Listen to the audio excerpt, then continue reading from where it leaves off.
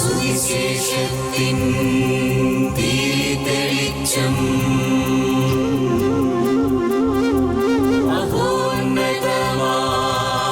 ആത്മാർപ്പണം. വചനം സത്യം ജീവദായകം. വചനം സത്യം ജീവദായകം. വചനം സത്യം ജീവദായകം.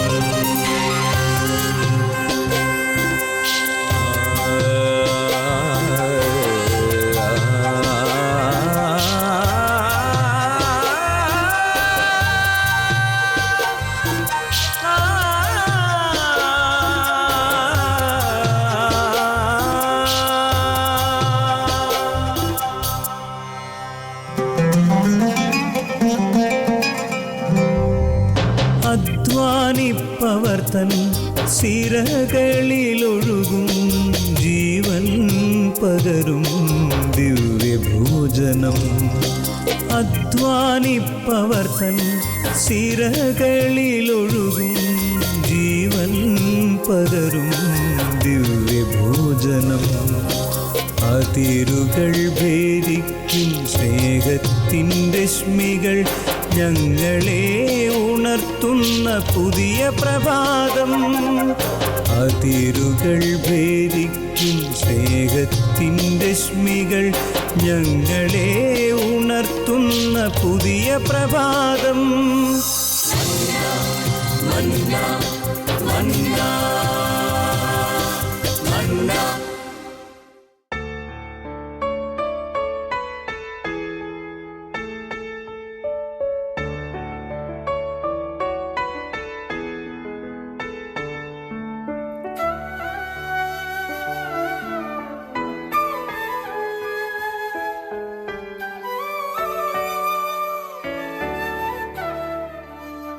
ഒരു നാളിലെൻ പ്രിയനെ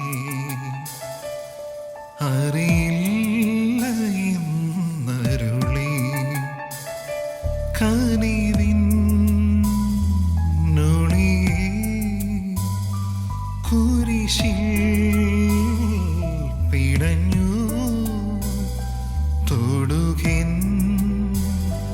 അധരം പിഴയാലേറ്റു ചൊല്ലും ഒരു നാളിലെൻ പ്രിയനെ അറിയില്ല എന്നരുളി.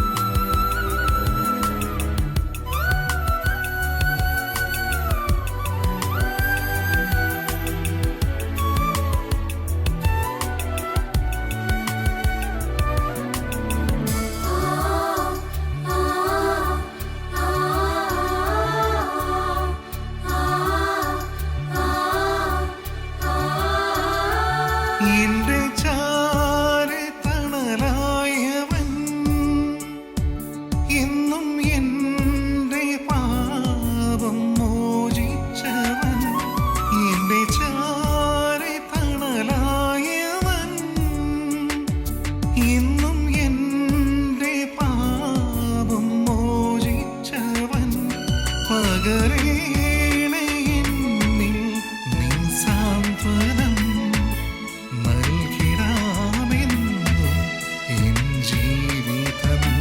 പകരേണേ എന്നിൽ നിൻ സാന്ത്വനം നൽകിടാമെന്നും എൻ ജീവിതം.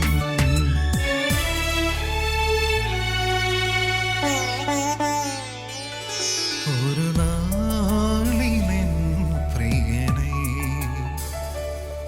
അറിയില്ല എന്നരുളി കനിവിന്നൊളിയേ കുരിശിൽ പിടഞ്ഞു തൊടുകെൻ അധരം പിഴയാലേറ്റു ചൊല്ലും ഒരു നാളിലെൻ പ്രിയനെ അറിയില്ല എന്നരുളി.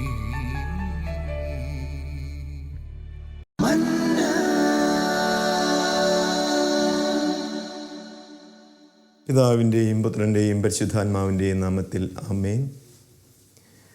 ചോദിക്കും മുമ്പേ ഞാൻ നിനക്ക് ഉത്തരമരുളും, പ്രാർത്ഥിച്ചു തീരും മുമ്പേ ഞാൻ നിൻ്റെ പ്രാർത്ഥന കേൾക്കും.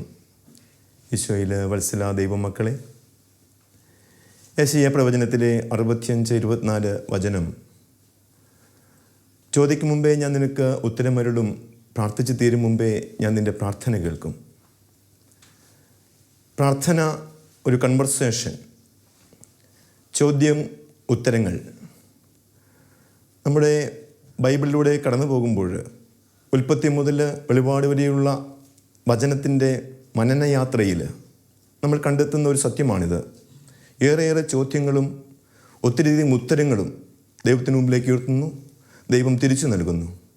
പ്രവാചക പാരമ്പര്യത്തിലും യേശുവിൻ്റെ ജീവിതത്തിലും പരിശുദ്ധ അമ്മയുടെ ജീവിതത്തിലും വിശുദ്ധരുടെ ജീവിതത്തിലും ഇനിയും നമ്മുടെയൊക്കെ ജീവിതത്തിലും ഈ ചോദ്യോത്തര വേളയായി പ്രാർത്ഥന മാറുക എന്നുള്ളത് പ്രധാനപ്പെട്ടതാണ്. നമ്മുടെ ജീവിതവുമായി ബന്ധപ്പെട്ട് ദൈവ ബന്ധത്തിൽ പ്രാർത്ഥന ഒരു അവിഭാജ്യ ഘടകമാണ്. ദൈവമനുഷ്യ ബന്ധം അതിൻ്റെ കൃപയിൽ വളർന്നുകൊണ്ടിരിക്കുന്നത് പ്രാർത്ഥന എന്ന് പറയുന്ന ആ വെൺചരടിന്മേലാണ്. നമ്മൾ പല വിധത്തിൽ പ്രാർത്ഥിക്കാറുണ്ട്, പലയിടങ്ങളിൽ പ്രാർത്ഥിക്കാറുണ്ട്. വളരെ പ്രത്യേകം വിധം ദേവാലയ പ്രാർത്ഥനകൾ, നമ്മുടെ കുടുംബ പ്രാർത്ഥനകൾ, നമ്മുടെ ഇടവകയുമായി ബന്ധപ്പെട്ട മറ്റ് പ്രാർത്ഥനാ രീതികൾ, കൂട്ടായ്മ പ്രാർത്ഥനകൾ, ജപമാല പ്രാർത്ഥനകൾ, നൊവേന പ്രാർത്ഥനകൾ, തീർത്ഥാടന യാത്രയിലെ പ്രാർത്ഥനകൾ എല്ലാം ദൈവമനുഷ്യ ബന്ധത്തിൻ്റെ ഉദാത്തമായ ഇടങ്ങളും ഇരിപ്പിടങ്ങളുമാണ്. അങ്ങനെയെങ്കിൽ ഈ പ്രാർത്ഥന എന്ന് പറയുന്ന ആത്മീയ യാത്രയുടെ സത്തയും സാരാംശവും എത്രത്തോളം വ്യക്തമായി ഉൾക്കൊണ്ടാണ് നമ്മൾ ജീവിക്കുന്നതെന്ന് തിരിച്ചറിയേണ്ടിയിരിക്കുന്നു. കാരണം എൻ്റെ പൗരോഹിത്യ ജീവിതയാത്രയിലെ എളിയ വർഷങ്ങൾ പിന്നിടുമ്പോൾ ദേവാലയവുമായി ബന്ധപ്പെട്ടും ജനങ്ങളുമായി ബന്ധപ്പെട്ടും ജീവിക്കുമ്പോൾ കാണുന്ന ഒരു സത്യമുണ്ട്. അതിതാണ്, ആശയോടെ ദേവാലയത്തിൽ വന്നിട്ട് നിരാശയോടെ മടങ്ങിപ്പോകുന്ന ദൈവഭക്തരെ കണ്ടുകൊണ്ട് ആശയോടെ ദേവാലയത്തിൽ വന്നിട്ട് നിരാശയോടെ മടങ്ങുകയാണ്. ജീവിതത്തിൻ്റെ ആശകളൊന്നും നിറവേറപ്പെടാതെ നിരാശയിലേക്ക് കൂപ്പുകുത്തിപ്പോകുന്ന ജനക്കൂട്ടങ്ങൾ, കുടുംബങ്ങൾ, കൂട്ടായ്മകൾ വർദ്ധിച്ചു വരികയാണ്. ഇതിൻ്റെ അർത്ഥം ഒരു പക്ഷേ നമ്മുടെ ദേവാലയ സാന്നിധ്യങ്ങൾ ദൈവ അനുഭവങ്ങളാകുന്നില്ല എന്നുള്ളതായിരിക്കാം. അപ്പോൾ നമുക്ക് നിശ്ചയമായും എത്തിച്ചേരേണ്ടത് ക്രിസ്തുവിലേക്കാണ്. ക്രിസ്തുവിൽ എത്തിച്ചേരുന്ന ഒരു വ്യക്തിയുടെ ജീവിതത്തിൽ ഉത്തരം നൽകുന്നത് വചനങ്ങളിലൂടെയാണ്. ലൂക്കാസ് സുവിശേഷത്തിലെ 18-ാം അധ്യായത്തിൽ 1 മുതലുള്ള വചനങ്ങളിൽ പ്രാർത്ഥന എന്നതിൻ്റെ ഒരു വ്യക്തമായ രൂപം, അതിൻ്റെ ക്രമം നമ്മളെ പഠിപ്പിക്കുന്നുണ്ട്. വിധവയും ന്യായാധിപനും കൺവെർസേഷനാണ്. നീതി ലംഘിക്കപ്പെടുന്ന വിധവ, ന്യായമായിട്ടും കൊടുക്കാത്ത ന്യായാധിപൻ പല ആവർത്തി ചെല്ലുകയാണ്. ചെന്ന് കഴിയുമ്പോഴത്തേക്കും ന്യായാധിപൻ ഇങ്ങനെ പറയുന്നുണ്ട്, ഇവളെയും കൊണ്ട് ഞാൻ മടുത്തു, എത്ര തവണ അസഹ്യം ശല്യം സഹിക്കാൻ പറ്റുന്നില്ല. നീതി നടത്തി കൊടുക്കുകയാണ്. ഈശോ ഈ ഉപമ പറയുന്നത്, നിങ്ങൾ എപ്രകാരം പ്രാർത്ഥിക്കണം, വചനം പറയുന്നത് കൃത്യമായി ഇതാണ്: നിങ്ങൾ നിരന്തരം പ്രാർത്ഥിക്കണം എന്ന് സൂചിപ്പിക്കുവാനായി ഉപമ പറയുന്നു. നിരന്തരം പ്രാർത്ഥിക്കണം. പ്രിയമുള്ള ദൈവമക്കളെ, പ്രാർത്ഥന അത് നിരന്തരമാകുന്നത് എങ്ങനെയാണ്? പലപ്പോഴും നമ്മുടെ പ്രാർത്ഥനകൾ ദേവാലയത്തിൽ ആരംഭിക്കുന്നു, ദേവാലയത്തിൽ തന്നെ അത് അവശേഷിക്കുന്നു. കുടുംബത്തിൽ, വീട്ടിൽ പ്രാർത്ഥിക്കുന്നു, കുടുംബ പ്രാർത്ഥനയെ അത് അവിടെ തീരുകയാണ്. ഇതിനിടയിൽ പ്രാർത്ഥനയുടെ ഇടദൂരം നമുക്ക് വളരെ അകലങ്ങളിലേക്ക് പോവുകയാണ്. അപ്പോൾ ഈശോ പറയുകയാണ്, നിങ്ങൾ നിരന്തരം പ്രാർത്ഥിക്കണം എന്നതിൻ്റെ അർത്ഥങ്ങളിലേക്ക് നമ്മൾ കടന്നു പോകുമ്പോൾ മനസ്സിലാക്കപ്പെടുന്നതായിരിക്കാം. ഒന്ന്, പ്രാർത്ഥന എന്നത് സമയബന്ധിതമായ, സ്ഥലകാലബന്ധിതമായ ഒരു കർമ്മത്തിനപ്പുറത്ത് പ്രാർത്ഥന നിരന്തരമായ ഒരു മനോഭാവമാണ്. അപ്പോൾ പ്രാർത്ഥനയെ ഒരു മനോഭാവമാക്കി മാറ്റുമ്പോൾ അത് നിരന്തരം അനുസ്യൂതം തുടരാൻ നമുക്ക് സാധിക്കുന്നു എന്നുള്ളതാണ് അതിൻ്റെ ക്രമം. എങ്ങനെയാണ് പ്രാർത്ഥന ഒരു നിരന്തരമായ മനോഭാവമായി മാറുമ്പോൾ അത് ദൈവബന്ധത്തെ സ്വാധീനിക്കുക? നമുക്കറിയാം, ഒരു സാധാരണ ഒരു വിശ്വാസ വ്യക്തിയുടെ ജീവിതത്തിൽ, കുടുംബ ജീവിതത്തിൽ, ഒരു വ്യക്തിയുടെ സാധാരണ ജീവിതക്രമത്തിൽ നിരന്തരം പള്ളിയിലിരിക്കാൻ സാധിക്കില്ല. രാവിലെ കുർബാനയിൽ പങ്കെടുത്തു, കുമ്പസാരിച്ച് കുർബാന സ്വീകരിച്ചു, പിന്നെ വയലേലകളിലേക്കും ജീവിതക്രമങ്ങളിലേക്കും ആ വ്യക്തി യാത്രയാവുകയാണ്. പിന്നീട് സായാഹ്നത്തിൽ കിതച്ച് മടുത്ത് കുളിച്ച് കയറി ഒരു രാത്രി പ്രാർത്ഥനയുടെ കുടുംബ പ്രാർത്ഥനയിലേക്ക് പ്രവേശിക്കുകയാണ്. അവിടെ ദൈവബന്ധം തീരുകയാണ്. അപ്പോൾ ഇതിനിടയിൽ ഈ ഇടദൂരത്തെ ഒന്ന് ക്രമീകരിക്കുന്നതിൻ്റെ പേരാണ് മനോഭാവത്തിൻ്റെ മാറ്റം. പ്രിയമുള്ളവരെ, പ്രാർത്ഥന നിരന്തരമായ ഒരു മനോഭാവമായി മാറുമ്പോൾ അവിടെ നമ്മുടെ ജീവിതത്തിൽ മനസ്സിലാക്കുന്ന സത്യം ഇതാണ്: നീ നിൻ്റെ അനുദിന ജീവിതത്തിൻ്റെ കർമ്മങ്ങൾ, പശുവിന് പുല്ല് ചെത്തിയാൽ അതിന് പാലും കിടാവും ചാണകവും മാത്രമല്ല, പശുവിന് പുല്ല് ചെത്തുമ്പോൾ സ്വർഗത്തിൽ ദൈവം നിനക്കൊരു കരുതൽ വെക്കുന്നുണ്ടെന്നും നിനക്ക് സ്വർഗം മെനയാൻ സാധിക്കുമെന്ന് കൂടി മനസ്സിലാക്കേണ്ടതുണ്ട്. പ്രഭാതത്തിൽ ഉണർന്ന് മക്കളുടെ കാര്യങ്ങൾ നോക്കുന്നു, അടുക്കളയിലെ പണി നോക്കുന്നു, മുറ്റമടിച്ചു വാരുന്നു, വെള്ളം കോരുന്നു, പശുവിന് പുല്ല് ചെത്തുന്നു, ഭർത്താവിന് ജോലിക്ക് പറഞ്ഞു വിടുന്നു. അവൾക്ക് ഒത്തിരിയേറെ ജോലികളാണ്. ഈ ജോലിക്കിടയിൽ പള്ളിയിൽ പോകാൻ സമയം കിട്ടിയിട്ടില്ല. എന്നാൽ ഈ കാണുന്ന കർമ്മങ്ങളൊക്കെയും മനോഭാവത്തിൻ്റെ മാറ്റത്തോട് ഒന്ന് ചേർത്ത് വെച്ച് ചേരുവയൊന്ന് മാറ്റിയെടുത്താൽ, ദൈവത്തിൻ്റെ ആ ഒരു സ്മരണയുടെ അംശം ചേർത്ത് വെച്ചാൽ, ദൈവസ്നേഹത്തിൻ്റെ അല്പം ഒരു മേലങ്കി അതിനെ പൊതിപ്പിച്ച് കഴിഞ്ഞാൽ നിൻ്റെ പ്രഭാത കർമ്മങ്ങളൊക്കെയും പ്രഭാത ബലി പോലെ കീറിമുറിക്കപ്പെട്ട കുർബാനയായി മാറുമെന്നുള്ളതാണ് പ്രാർത്ഥനയുടെ ആന്തരികമായ അർത്ഥത്തിൽ ഈശോ ചോദിക്കുന്നത്. നമുക്കറിയാം, ഈശോയുടെ ജീവിതം താഴ്വാരങ്ങളിലും മലമുകളിലുമായിരുന്നു. രാത്രിയുടെ യാമങ്ങളിൽ മലമുകളിലേക്ക് പോകുന്ന ഈശോ ദൈവവുമായി വ്യക്തമായി ബന്ധങ്ങൾ മെനയുന്നുണ്ട്. അവൻ അവിടെ ജീവിക്കുകയല്ല, അവൻ ആ മലമുകൾ വിട്ട് താഴ്വാരങ്ങളിലേക്ക് വരികയാണ്. അവൻ്റെ പ്രവർത്തനത്തിൻ്റെ ഇടമാണ് പ്രാർത്ഥനയും പ്രവർത്തനവും. അതാണ് പ്രധാനപ്പെട്ട ഒരു ആത്മീയ മാറ്റത്തെ നമുക്ക് വേണ്ടത്. അപ്പോൾ കർമ്മത്തെ, പ്രവർത്തനത്തെ പ്രാർത്ഥനയാക്കി മാറ്റുന്നത് നമ്മുടെ മനോഭാവമാണ്, നമ്മുടെ കാഴ്ചപ്പാടുകളാണ്. അപ്പോൾ ഈ ഒരു മാറ്റം, ഈ ഒരു രൂപാന്തരീകരണം നമ്മുടെ ആത്മീയ ജീവിത യാത്രയിൽ ഉണ്ടെങ്കിൽ നിശ്ചയമായും നമ്മുടെ ആത്മീയ ജീവിതം നിരന്തരമായ ഒരു പ്രാർത്ഥനയായി മാറുമെന്നുള്ളതാണ്. എന്നാൽ നമ്മുടെ ജീവിതത്തിൽ ഈ പ്രാർത്ഥനയുടെ ശക്തി മനസ്സിലാക്കേണ്ട രണ്ടാമത്തെ ഒരു വചനചിന്തയാണ് ലൂക്കാസ് സുവിശേഷത്തിലെ 11-ാം അധ്യായത്തിൽ 5 മുതൽ തിരുവചനങ്ങൾ നമ്മൾ കാണുന്നുണ്ട്. എന്താണ്? ഒരു സ്നേഹിതൻ ഒരു സഹോദരൻ്റെ വീട്ടിൽ ചെന്നിട്ട് അയൽവാസിയുടെ അടുത്ത് ചെല്ലുന്നു, സുഹൃത്തെ, എനിക്ക് ഒരു 3 അപ്പം തരിക, 3 അപ്പം തരിക. എൻ്റെ ഒരു സുഹൃത്ത് വന്നിട്ടുണ്ട്, അവന് വിശക്കുകയാണ്, കഴിക്കാൻ കൊടുക്കാൻ ഒന്നുമില്ല, ഒരു നിവൃത്തിയുമില്ല, ഞാൻ എൻ്റെ കിടക്കയിലാണ്, എൻ്റെ കുഞ്ഞുങ്ങളും കൂടെയുണ്ട്. പക്ഷേ വചനം മുന്നോട്ട് പോകുമ്പോൾ ഇങ്ങനെ നമ്മൾ മനസ്സിലാക്കുന്നു, അത് സ്നേഹിതനാണ്, കൊടുക്കാൻ തയ്യാറില്ലെങ്കിലും നിർബന്ധം നിമിത്തം കടന്നു ചെല്ലുകയും വേണ്ടത് നൽകുകയും ചെയ്യുക. പ്രാർത്ഥനയുടെ രണ്ടാമത്തെ ഒരു മുഖം നമ്മളെ കാണിച്ചു തരികയാണ്. 3 അപ്പത്തിനു വേണ്ടി ചെല്ലുന്ന ഒരു ആവശ്യക്കാരൻ തമ്പുരാൻ ആ ബന്ധത്തിൻ്റെ ഇഴയെടുപ്പത്തെ കുറച്ചുകൂടി ഹൃദ്യമാക്കി മാറ്റുന്നത് ഇങ്ങനെയാണ്: അത് വേണ്ടത് നൽകുകയാണ്. ഇവിടെ നമ്മൾ കാണുന്നത് 3 എന്ന് പറയുന്നത് ഒരു ക്വാണ്ടിറ്റി ആണെങ്കിൽ വേണ്ടത് എന്ന് പറയുന്നത് ക്വാളിറ്റിയായി മാറുന്നുണ്ട്. ഒരു എണ്ണം അതിൻ്റെ വ്യത്യസ്തപ്പെട്ട് ഗുണമേന്മയായി മാറുകയാണ്.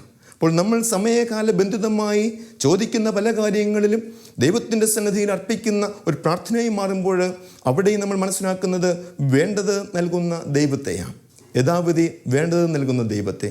അപ്പോൾ ദൈവമായിട്ടുള്ള ബന്ധം അത് സമയബന്ധിതമായ ഒരു വസ്തുബന്ധിതമായ പരിമിതിയിൽ ഒതുക്കി നിർത്താതെ നിൻ്റെ ജീവിതത്തിൻ്റെ തുടർച്ചയായ മനോഭാവമായി മാറുമ്പോൾ ദൈവം വേണ്ടത് അതിൻ്റെ ക്രമമനുസരിച്ച് നമുക്ക് നൽകുന്ന സാന്നിധ്യമായി മാറുന്നുണ്ട്. ഇവിടെ പ്രധാനപ്പെട്ടത് ചില നിർബന്ധങ്ങൾ, ചില നിർദ്ദേശങ്ങൾ നമുക്ക് കൃത്യമായിട്ട് വേണം.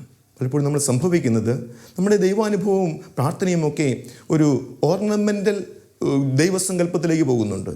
എന്താണ് ഓർണമെൻ്റൽ ദൈവസങ്കല്പം?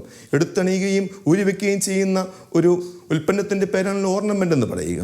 ദേവാലയത്തിൽ ഞാൻ എടുത്തണിയുന്നു, ദേവാലയത്തിൽ പോരുമ്പോൾ ഊരി വെക്കുന്നു, വീണ്ടും അടുത്ത പ്രഭാതത്തിൽ അല്ലെങ്കിൽ അടുത്ത കുടുംബ പ്രാർത്ഥനയിൽ ജപമാല എടുക്കുന്നു, ജപമാലയാണെങ്കിൽ തൂക്കിയിടുന്നു. അവിടെ അതൊരു ഓർണമെൻ്റ് മാത്രമായി മാറുകയാണ്. ഈ ജപമാലയും ഈ വിശുദ്ധ കുർബാനയും ഈ പരിശുദ്ധയമ്മയും നമ്മുടെ ജീവിതത്തിൻ്റെ വയലലകളിലേക്ക് ജീവിതത്തോട് ചേർത്ത് നിർത്തുമ്പോൾ അതൊരു മനോഭാവത്തിൻ്റെ ക്രമമായി അത് കൂടുതൽ കൃപയായി മാറുന്ന മാറ്റമാണ് യഥാർത്ഥത്തിൽ പ്രാർത്ഥന കൊണ്ട് ദൈവം നമ്മളെ പഠിപ്പിക്കുന്ന യാഥാർത്ഥ്യങ്ങൾ, വചനപാഠങ്ങൾ. അപ്പോൾ നമുക്ക് ഈ പ്രാർത്ഥനയെ ആത്മീയമായൊരു ക്രമീകരണത്തിൽ രൂപപ്പെടുത്തിയെടുക്കുമ്പോൾ ഈ പ്രാർത്ഥന എത്രത്തോളം നമ്മുടെ ജീവിതത്തെ വിശദീകരിക്കുന്നു മനസ്സിലാക്കാൻ കുറച്ചുകൂടി മുന്നോട്ട് പോകേണ്ടതുണ്ട്. ഇന്ന് പ്രാർത്ഥന എന്ന് പറയുന്നത് നമുക്ക് ഒരു ഇൻസ്റ്റൻറ്റ് കൾച്ചറിൽ നിൽക്കുന്ന ഒരു ജീവിതക്രമമായി മാറിയിട്ടുണ്ട്. എല്ലാം റെഡിമെയ്ഡ് സിസ്റ്റം അല്ലേ?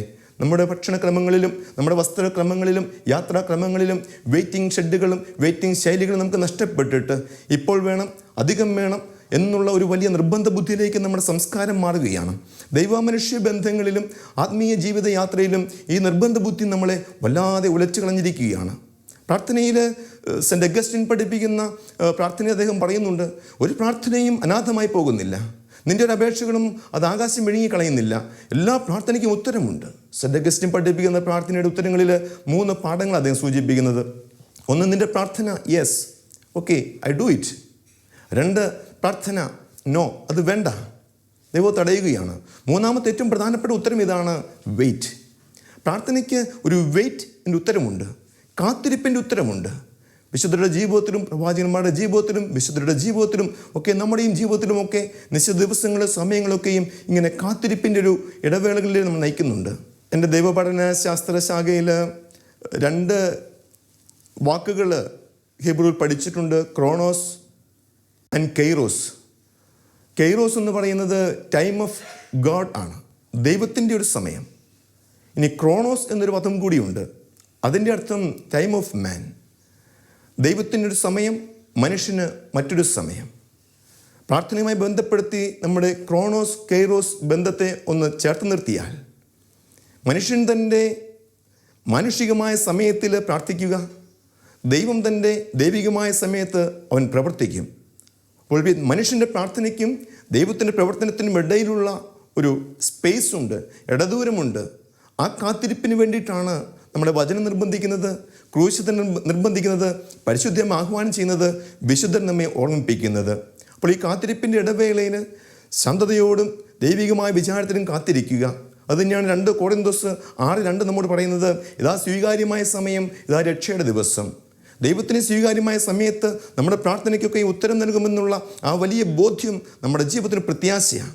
അപ്പോൾ ആശയുടെ ദേവാലയത്തിൽ വന്നിട്ട് നിരാശയോടെ മടങ്ങിപ്പോകേണ്ടി വരുന്ന ഒരു ദുരിതത്തിലേക്ക്, ഒരു നഷ്ടത്തിലേക്ക്, ഒരു വിഷമതയിലേക്ക്, പ്രതിസന്ധിയിലേക്ക് നമ്മൾ പ്രാർത്ഥനാ ജീവിതം നമ്മളെ നയിക്കുന്നില്ല. അപ്പോൾ കാത്തിരിപ്പിൻ്റെ ഇടവേളകളെ സ്നേഹപൂർവ്വം, സാന്ത്വനപൂർവ്വം, താല്പര്യപൂർവ്വം നമ്മൾ ദൈവത്തോട് ചേർത്ത് വെച്ച് കഴിയുമ്പോൾ അത് നമുക്ക് കൂടുതൽ കൃപയായി മാറും, അനുഗ്രഹമായി മാറുന്നുണ്ട്. അപ്പോൾ ഈ ഒരു പ്രാർത്ഥനയുടെ ജീവിത ശൈലി നമ്മുടെ ജീവിതത്തിൻ്റെ പ്രവർത്തനങ്ങളിലേക്ക് ചേർത്ത് നിർത്തുമ്പോൾ അത് നിശ്ചയമായി നമ്മുടെ ജീവിതത്തിന് ഒരു വലിയ പ്രത്യാശ നൽകും. നമ്മുടെ പ്രവർത്തനങ്ങളൊക്കെയും പ്രാർത്ഥനയായി മാറും. അനുദിന ജീവിത കർമ്മങ്ങൾ പോലും നമുക്ക് പ്രാർത്ഥനയായി മാറും. ദേവാലയത്തിൽ നിന്ന് നമ്മൾ ശക്തി ഉൾക്കൊണ്ടുകൊണ്ട് ദേവാലയത്തിൻ്റെ പടിയിറങ്ങുമ്പോൾ ആ ദേവാലയത്തിൻ്റെ തുടർച്ച, വിശുദ്ധ കുർബാനയുടെ തുടർച്ച, ആത്മീയ യാത്രയുടെ തുടർച്ച നമുക്ക് കിട്ടും. അപ്പോൾ ഇത് കിട്ടണമെങ്കിൽ നമ്മുടെ ജീവിതത്തെ കുറേ കൂടി ആത്മീയമായി ക്രമീകരിക്കുന്ന ഈ ബോധ്യങ്ങളിലേക്ക് വളരുവാൻ നമുക്ക് ആത്മനെ പരിശ്രമിക്കേണ്ടതുണ്ട്. ലൂക്കാസ് സുവിശേഷത്തിലെ 11-ാം അധ്യായത്തിൽ 5 മുതൽ കണ്ട വചനത്തിൽ നമ്മൾ മനസ്സിലാക്കുന്നത്, അപ്പത്തിന് വേണ്ടി ചെല്ലുന്ന ആ ഒരു ആവശ്യക്കാരൻ 3 അപ്പത്തിനപ്പുറത്ത് വേണ്ടത് നൽകുന്ന തമ്പുരാൻ. അപ്പോൾ ഈ ഒരു ആവശ്യത്തിൽ നിന്നും വേണ്ടത് നൽകുന്ന ഒരു മാറ്റത്തിലേക്ക്, എൻ്റെ ക്വാളിറ്റേറ്റീവ് ചേഞ്ചിലേക്ക് ഒരു ദൈവ വിശ്വാസിയുടെ, ഒരു അർത്ഥയുടെ ആവശ്യങ്ങളെ ദൈവം ക്രമീകരിക്കുന്നുണ്ട്, അത് മാറ്റപ്പെടുത്തുന്നുണ്ട്. അപ്പോൾ യഥാവിധി നമ്മുടെ പ്രാർത്ഥനയിൽ നമ്മൾ ആവശ്യപ്പെടുന്നതൊക്കെയും വേണ്ടതുപോലെ ക്രമീകരിച്ച് നൽകുന്ന പരിപാലനയുടെ പാഠത്തെ തിരിച്ചറിയാൻ സാധിക്കുന്നതാണ് നിശ്ചയമായും പ്രാർത്ഥനാ ജീവിതത്തിൽ നമ്മുടെ ജീവിതത്തെ പിടിച്ചു നിർത്തുവാനും തുടർച്ചയായി നയിക്കുവാൻ നമ്മൾക്ക് കൃപ നൽകുന്നത് നമ്മൾ തിരിച്ചറിയേണ്ടിയിരിക്കുന്നു. പ്രിയമുള്ള ദൈവമക്കളെ, നമുക്ക് മനസ്സിലാക്കേണ്ട ഒരു വലിയ സത്യം ഇതാണ്. ആത്മീയ ജീവിത യാത്രയിൽ ഭക്ഷണം ശരീരത്തിന് എത്രമാത്രം ആവശ്യപ്പെട്ടതാണോ, ചിന്തകൾ മനസ്സിൻ്റെ ഭക്ഷണമാകുന്നതുപോലെയും ആത്മാവിന് പ്രാർത്ഥന അതിൻ്റെ ആഹാരമാണ്.